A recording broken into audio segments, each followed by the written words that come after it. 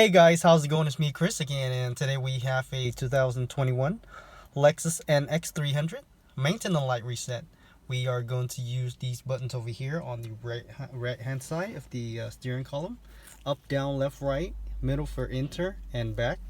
And we're going to be using that screen right there. Go ahead and turn on your car without starting. If you have the push start, go ahead and press it twice. If you have the key, go ahead and turn it to the second position without your foot on the brake. Every time you see this message, go ahead and press back. Now go ahead and scroll to your left or right to go find this page right here at the gear indicator.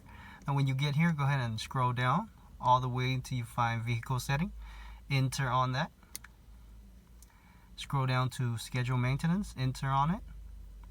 Scroll up to yes, enter on yes. And go back. You're also going to have to reset the oil maintenance, enter on that.